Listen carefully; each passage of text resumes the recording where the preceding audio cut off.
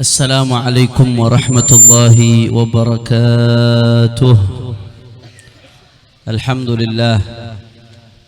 لله رب العالمين وبه نستعين على أمور الدنيا والدين. اللهم فصل وسلم وبارك وكرم ومجد وعظم على سيدنا وحبيبنا وشفيعنا ونور قلوبنا محمد الفاتح لما أغلق والخاتم لما سبق ناصر الحق بالحق والهادي إلى الصراط المستقيم وعلى آله وصحبه حق قدره ومقداره العظيم يا فتاه يا عليم. أما بعد. Para habaib, para alim ulama, para tuan-tuan guru, para tokoh masyarakat, wabil khusus kepada sahibul bait Al-Habib Syekh bin Umar Al-Hasani wa akhwanuh.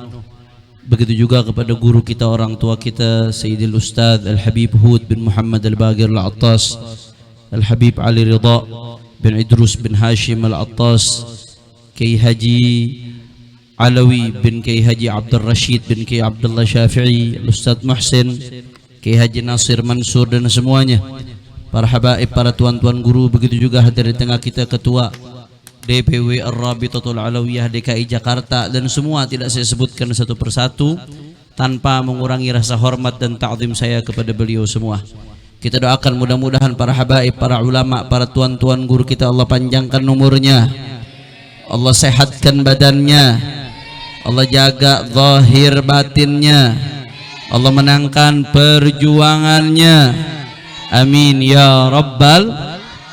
Dan salam penghormatan yang paling istimewa saya hadiahkan kepada hadirin hadirat, muslimin muslimat, mukminin mukminat yang hadir pada malam hari ini. Semua angkat tangannya, kita minta sama Allah, mudah-mudahan tidaklah kita keluar dari tempat ini kecuali semua dosa kita diampuni oleh Allah.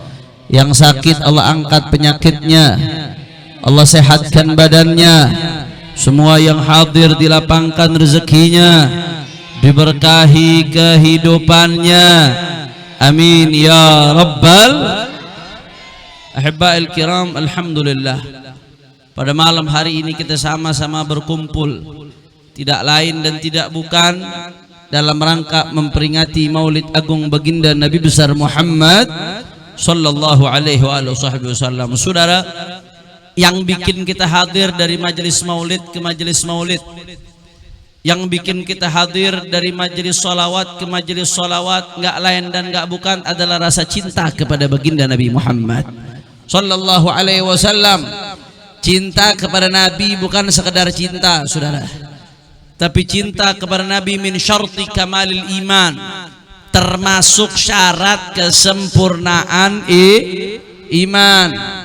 Kata Nabi dalam hadis la yu'minu ahadukum, hadis sahih riwayat Bukhari, hatta akuna ahabba ilaihi min waladihi wa walidihi wan nasi ajma'in.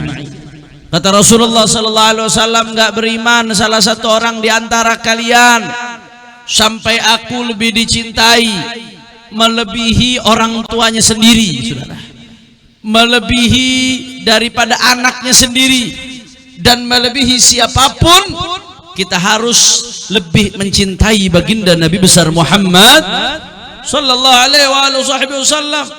Maka kalau ada orang cinta seseorang, siapapun dia, mau anak, mau orang tua, mau kerabat, mau sahabat, mau pasangan, kalau sampai kita cintai melebihi Rasulullah, maka artinya iman kita belum sempurna, saudara. Karena cinta kepada yang lain-lain, termasuk cinta kepada orang tua dan anak, kita pelajari dari baginda Nabi besar Muhammad sallallahu alaihi wasallam. Bahkan nggak sampai di situ, bahkan dirinya sendiri. Kata Nabi dalam hadis sahih, la yu'minu ahadukum hatta akuna habba ilaihi min nafsihi. Kata Nabi Muhammad, tidak beriman seseorang di antara kalian sampai aku lebih dicintai dari dirinya sendiri. Sayyidina Umar ibn al-Khattab radhiyallahu ta'ala anhu wa ardah, saudara, ketika itu ngomong, ya Rasulullah, innaka habbun nasi ilayya illa nafsi allati baina jambi. Ya Rasulullah, engkau yang paling aku cintai melebihi siapapun kecuali diriku sendiri, ya Rasulullah. Aku masih lebih cinta diriku sendiri melebihi dirimu ya Rasulullah. Yang disampaikan Sayyidina Umar tabiat manusia. Biasa, yang namanya manusia pasti mencintai dirinya melebihi siapapun, saudara. Tapi begitu dengar jawaban Nabi, la yu'minu ahadukum hatta akuna ilaihi min nafsih. Begitu dengar jawaban Nabi, tidak sempurna imannya sebelum mencintai Nabi melebihi dirinya sendiri, saudara. Apa jawaban Sayyidina Umar? Anta ahabbun nasi ilayya hatta min nafsi allati baina jambai. Ya Rasulullah, kalau begitu engkau lebih aku cintai, termasuk melebihi diriku sendiri ya Rasulullah. Sallu ala Nabi Muhammad. Sallu ala Nabi Muhammad. Bahkan nggak sampai di situ, saudara. Bahkan Allah Subhanahu wa taala murka, marah. Sampai pada tahapan murka dan marah kalau ada yang kita cintai melebihi Allah dan Rasulnya, saudara. Di Al-Quran surat At-Taubah Allah berfirman, faqala ta'ala a'udzu billahi minasyaitonir rajim, qul in kana aba'ukum wa abna'ukum wa ikhwanukum wa azwajukum wa ashiratukum wa amwalun iqtaraftumuha wa tijaratun takhshawna kasadaha wa masakinu tardawnaha ahabba ilaikum minallahi wa rasulih wa jihadin fi sabilih fatarabbasu hatta ya'ti Allahu bi amrih wallahu la yahdil qaumal fasiqin. Sallu ala Nabi Muhammad. Ini urusan cinta, urusan hati. Tapi Allah sampai menyatakan dalam Al-Quran, la yu'minu ahadukum, enggak sempurna. Allah nama in qul in kana aba'ukum.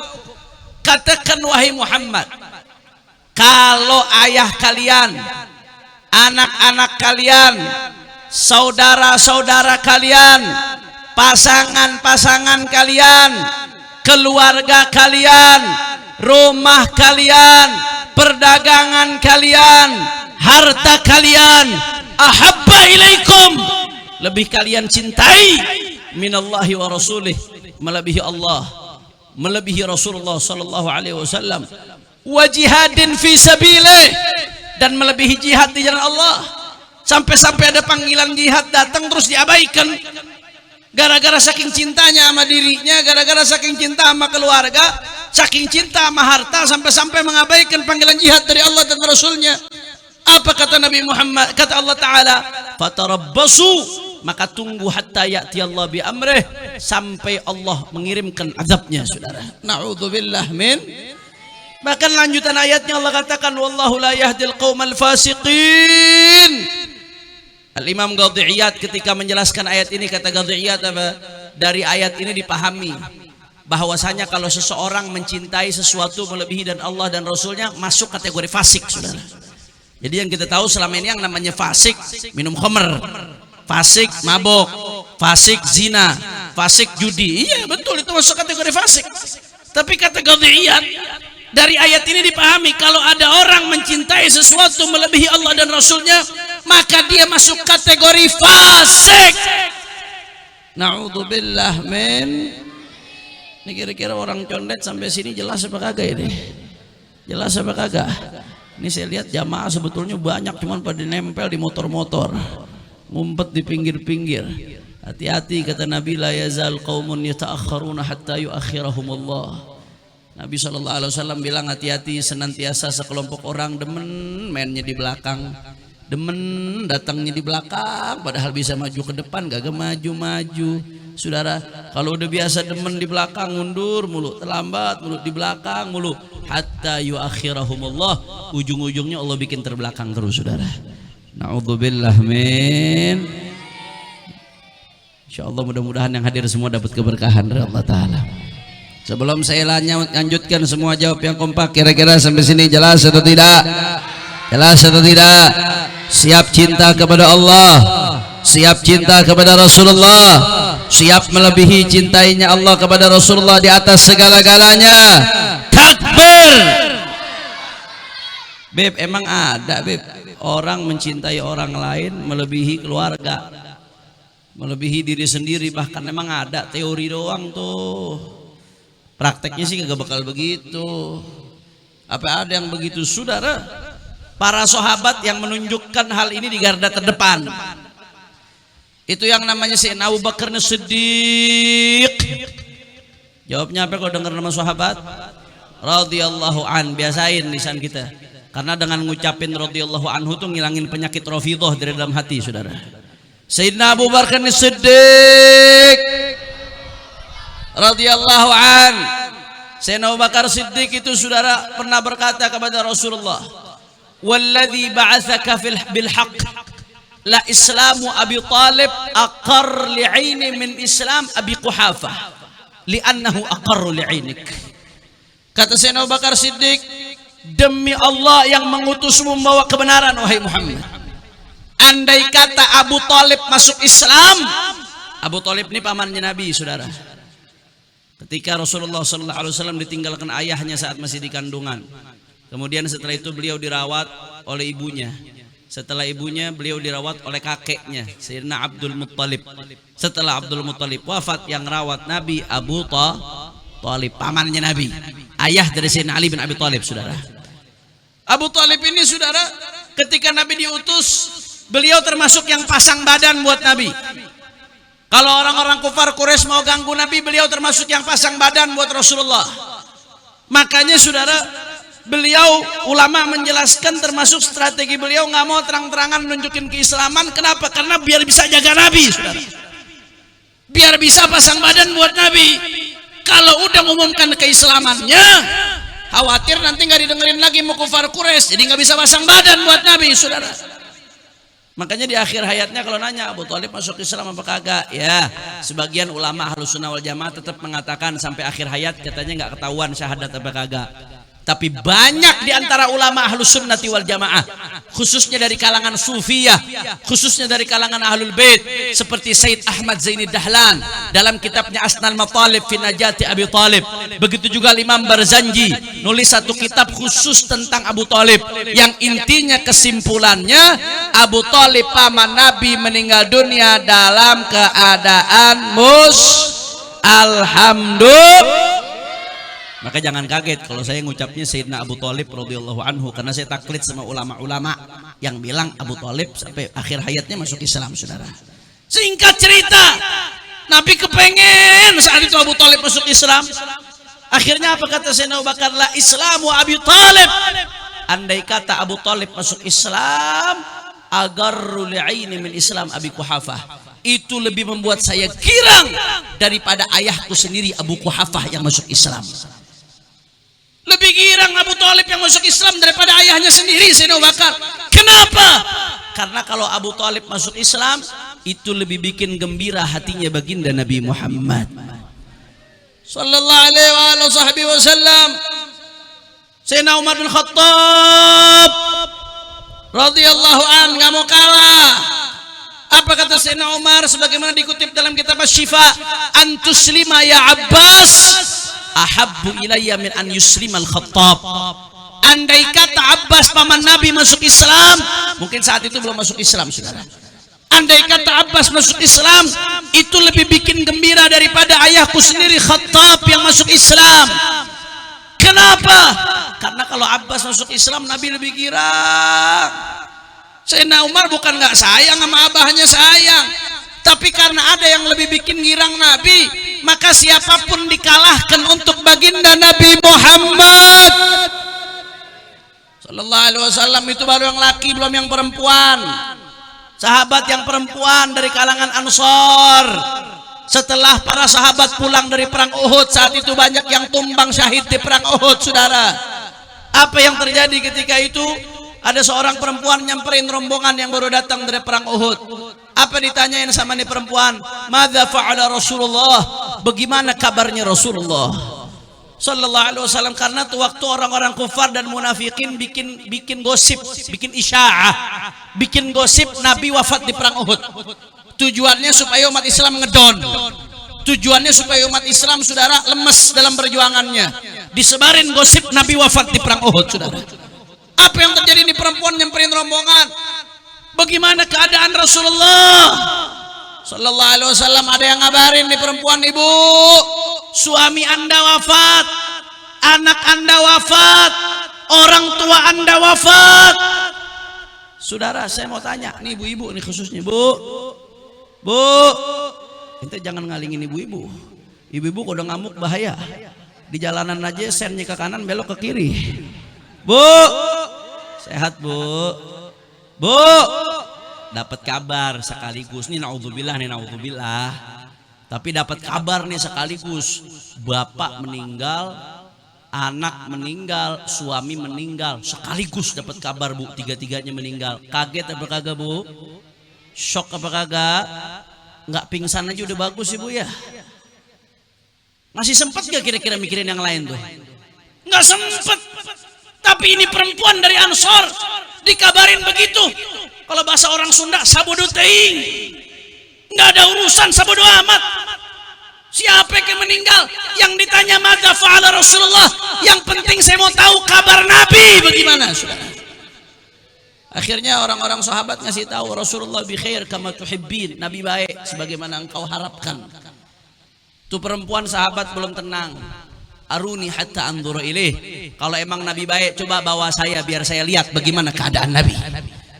Begitu dibawa ke Nabi, Saudara. Ini perempuan pas lihat Nabi apa dia ngomong ke Nabi, ya Rasulullah, kullu musibatin ba'daka jalal ay hayyinah yasirah. Ya Rasulullah, musibah apapun asal bukan engkau kecil ya Rasulullah. Suami meninggal kecil ya Rasulullah. Ayah meninggal kecil ya Rasulullah. Anak meninggal kecil ya Rasulullah. Asal bukan engkau ya Rasulullah. Allahumma salli ala Muhammad. Allahumma salli ala Muhammad. Udhkuru salata ala Nabi. Saudara, ini baru yang namanya cinta. Itu perempuan bukannya nggak sakit, hatinya sakit, saudara, hancur berkeping-keping. Anak meninggal siapa yang nggak sakit sih?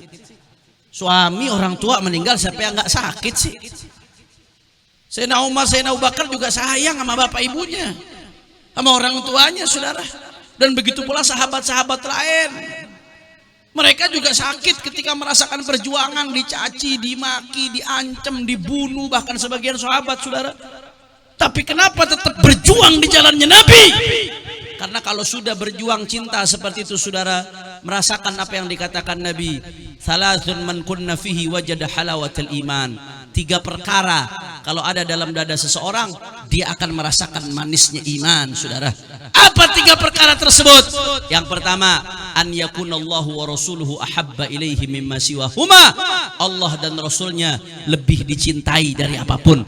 Kalau udah mencintai Allah, mencintai Rasulullah, melebihi apapun, di atas segala-galanya, maka siksaan dalam perjuangan pun terasa manis, saudara. Ini yang dikatakan oleh Sayyidina Bilal ibn Rabah. Waktu beliau disiksa ketika masuk Islam, dijemur di terik matahari, digebukin, dipecut, ditaruh batu panas di atas badannya, saudara, tetap bertahan. Ahad Bilal bin Rabah tetap bertahan di barisannya Rasulullah, enggak goyang, saudara. Setelah sedemikian waktu ada sahabat yang nanya, wahai Bilal, ente kok bisa bertahan? Emangnya kagak sakit tuh begitu?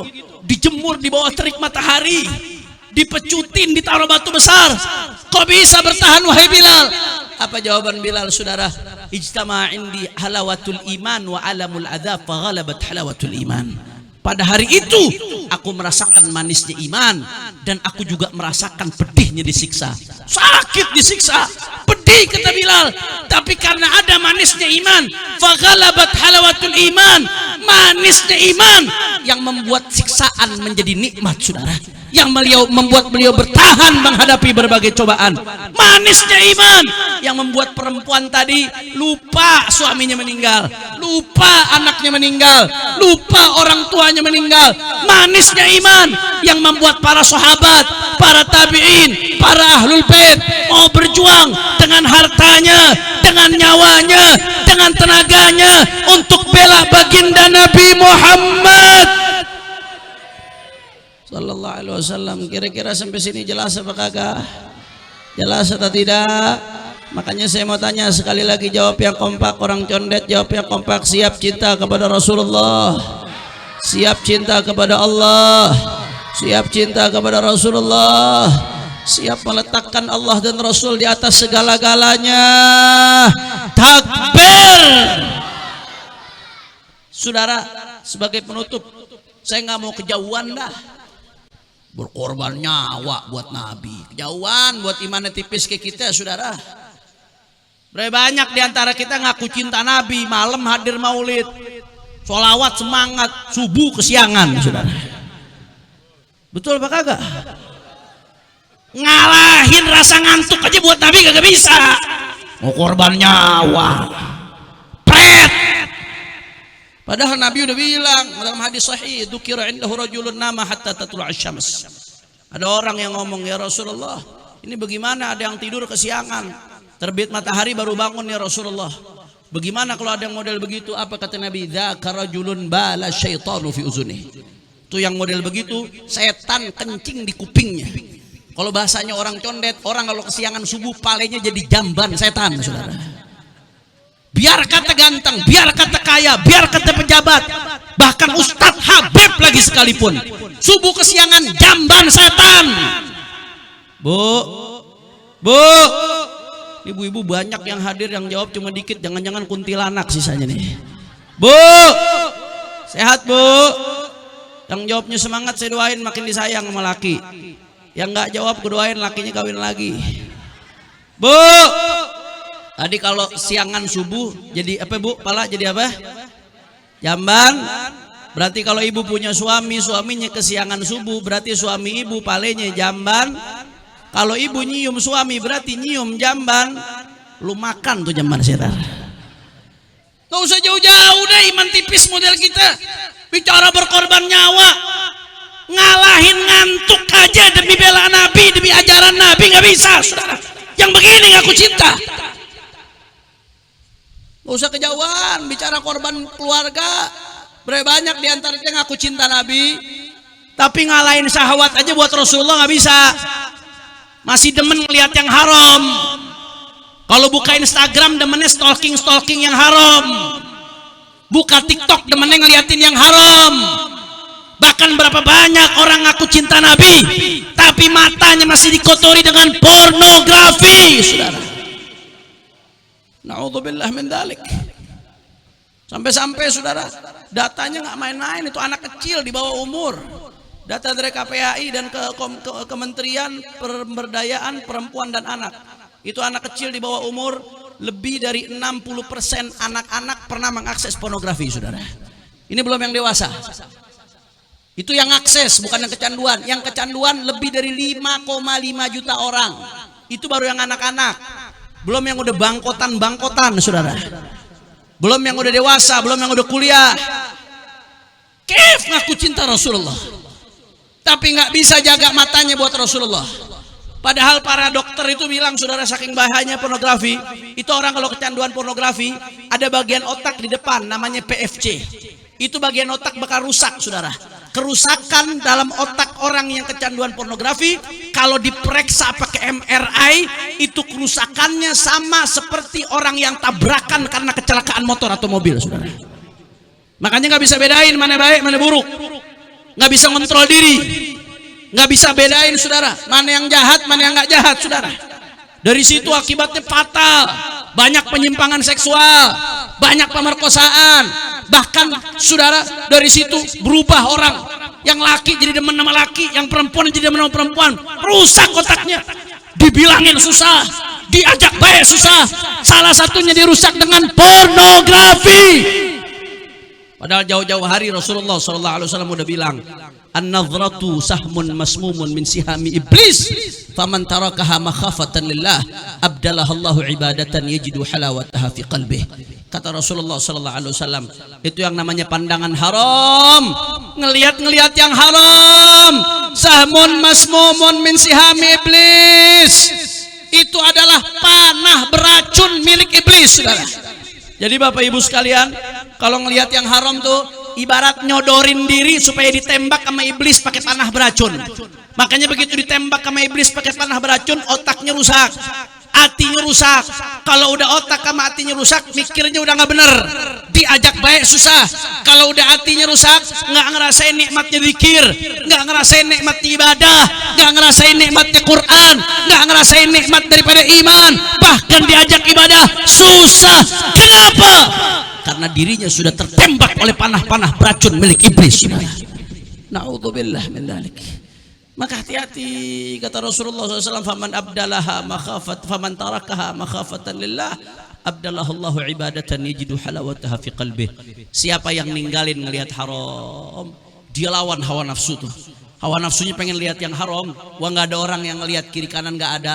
Di kamar sendirian, kuota banyak, HP ada, orang nggak ada yang tahu, histori bisa dihapus, saudara.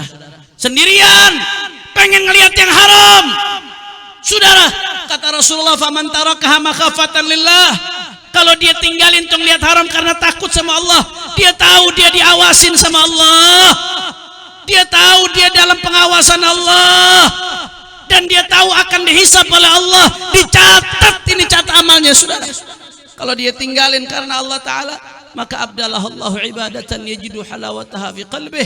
Orang yang bisa ninggalin ngelihat haram mujahadah, Allah akan ganti dengan manisnya ibadah yang dirasakan dalam hatinya.